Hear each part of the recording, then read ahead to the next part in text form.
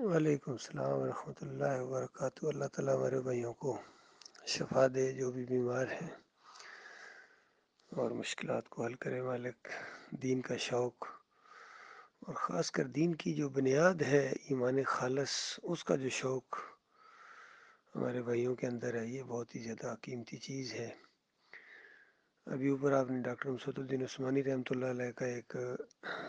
وہ تربیتی بیان سنا ہے، کس طرح حدیثوں کے ذریعے انہوں نے ثابت کیا ہے کہ مومن کیا ہوتا ہے اور ان کا آپس میں تعلق کیا ہوتا ہے،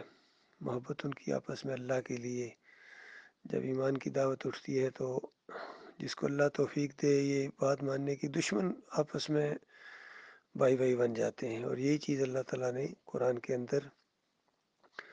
اسی کی طرف اوس اور خزرج جو دو قبیلے تھے ان کو بتایا کہ دیکھو تم آپس میں ایک دوسرے کی جان کے دشمن تھے، کس طرح اللہ کی رحمت سے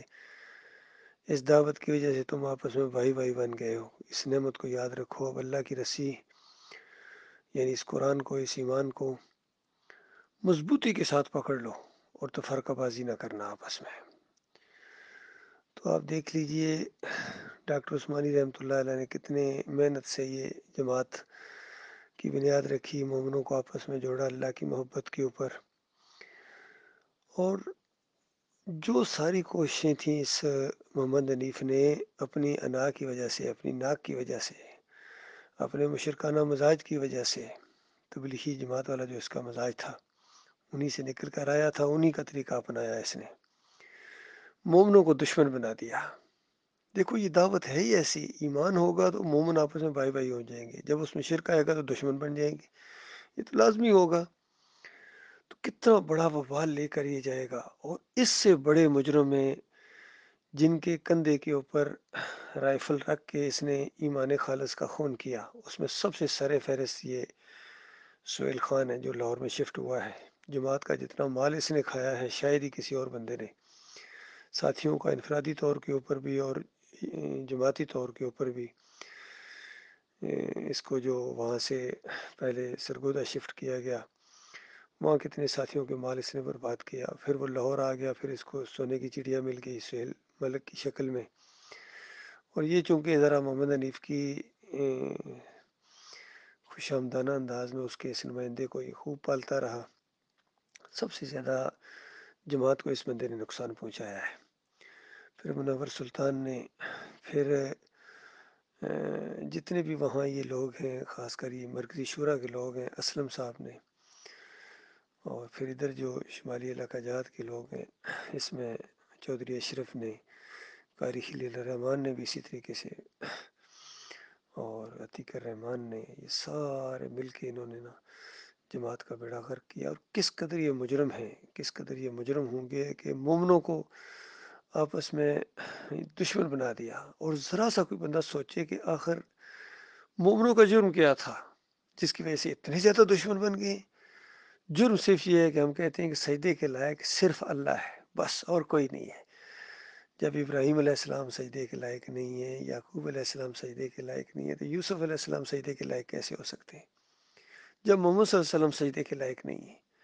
اور ان انبیاء میں سے کسی کے سامنے بھی اگر کوئی کہے یا کہتا کہ آپ سجدے کے لائق نہیں ہیں، تو خوشی سے کھل اٹھتے کہ بالکل صحیح کہہ رہے ہو، بالکل صحیح کہہ رہے ہو، یہی ہم بھی کہہ رہے ہیں۔ تو کبھی انبیاء ایسے نہیں ہوتے ہیں کہ ایک دوسرے کو سجدہ کریں، لیکن اس طرح اس کی مت ماری گئی، اس سر پھرے کی، کہ اس نے اپنی انا کی وجہ سے ڈاکٹر عثمانی رحمۃ اللہ علیہ سے اختلاف کیا، مومنانہ تفسیر سے اختلاف کر کے اپنی تفسیر کی طرف لا رہا ہے۔ تو جن کے دلوں میں ٹیڑھ اور زیغ ہے وہ اسی کی طرف جھکے ہیں، جو اسی کی طرح کے لوگ تھے، اور اس مال نے ان کو بالکل اندھا کر دیا ہے۔ اور جس طرح بھی یہ ڈاکٹر عبداللہ بالکل یہ اسی کی خوش آمد میں لگا ہوا ہے کہ شاید اس کے بعد اس کی باری آئے گی، اور ہو سکتا ہے کہ اس سے پہلے یہ محمدی گل کی طرح فارغ ہو جائے۔ تو بتاؤ اللہ کے بندوں کیا لے کے جاؤ گے اپنے مالک اور خالق کے پاس؟ وہاں تو فیصلہ عقیدے کے اوپر ہونا ہے، ایمان کے اوپر ہونا ہے، اور یہ جماعت کے اندر شرک اور کفر ڈال کے تم نے جگہ سائی بھی کی ہے۔ مسلک پرست تمہارے اوپر ہنس رہے ہیں، تالیاں پیٹتے ہیں کہ دیکھو ہمیں کہتے تھے کہ مسلکوں کے اندر، فرقوں کے اندر، اب بتاؤ تمہارے کتنے فرقے ہیں۔ تو بتاؤ کیا جواب ہے اس کا سہیل خان کے پاس، ملک سہیل کے پاس؟ قاری خلیل الرحمن کے پاس، منور سلطان کے پاس، محمد حنیف کے پاس؟ کیا جواب ہے عبداللہ ڈاکٹر کے پاس؟ کوئی ہے جواب تمہارے پاس؟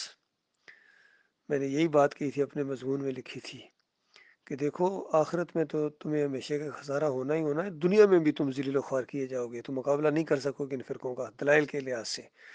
یہ اور بات کہ ڈیٹ بن کے جمے رہو اپنے اس مشرکانہ چیز کے اوپر، نہ دوسرے کی مانو، یا ویسے نہ کرو یا ویسے کرو، جو مرضی کرو، جس طرح یہ آپس میں لگے ہوئے ہیں بریلوی دیوبندی اہل حدیث آپس میں لڑتے رہتے ہیں، اسی طرح تم بھی لڑتے رہو گے، لیکن جنت نہیں جا سکو گے، یاد رکھیے جنت میں مخلص میں بن جائیں گے۔ تو اللہ تعالیٰ یہ بات سمجھنے کی توفیق عطا فرمائے۔ مالک کا جتنا بھی شکر ادا کیا جائے کہ بالکل ہم اسی ایمان عقیدے کے اوپر ہیں جس پر ڈاکٹر عثمانی رحمۃ اللہ علیہ زور دے رہے ہیں، اور پوری طرح ہم ان کے علمی وارث ہیں، اور ڈاکٹر صاحب کے بعد انشاءاللہ ہم بالکل اسی لائن کے اوپر ہیں۔ یہ بیچ والے بے شک ویسے اچھلتے رہیں، یہ جتنے چاہے یہ باغی ہوں، چاہے یہ مرتدین کی گروہ ہوں، جو مرضی کرتے رہیں، اپنے اوپر لیبل لگائیں کہ ہم ڈاکٹر عثمانی کے ساتھی ہیں۔ ڈاکٹر عثمانی کا ساتھی بننا کوئی آسان کام نہیں ہے، اس کے لیے قربانیاں دینا پڑتی ہیں، اس کے لیے پتا مارنا پڑتا ہے، اور دنیا کے بجائے آخرت کے اوپر نگاہ رکھنی پڑتی ہے۔ باقی یہ جو دنیا دار ہوں، فریب کار ہوں، یہ چند دن تو دنیا کا دھوکہ دے لیں، اپنے آپ کو بھی فریب دے لیں، لیکن آخرت کے یہ وہاں سے جا کے سخت خسارے کے اندر ہوں گے، اپنے بیوی بچوں سمیت جب جہنم کی آگ کے اندر ابلیں گے نا، اور خون اور پیپ کی وادیوں میں ان کو جب گھسیٹا جائے گا، اس وقت ان کو پتہ چلے گا کہ ہمارا کیا اختلاف تھا۔ تو کہہ دیتے ہو بس، بھی اپنی اپنی تفسیر ہوتی ہے، اپنی اپنی، اس میں ایسی کوئی بات نہیں ہے، اپنی اپنی تفسیر کرو گے تو اس کے بعد پھر انجام بھی بہت برا ہوگا۔ محمود الحسن نے اپنی تفسیر کی مشرکانہ، اشرف التھانوی اپنی کر رہا ہے، طاہر القادری اپنی ڈگی ڈگی بجا رہا ہے، ڈاکٹر اسرار اپنا شرک پھیلا رہا ہے، علی انجینئر اپنا وہ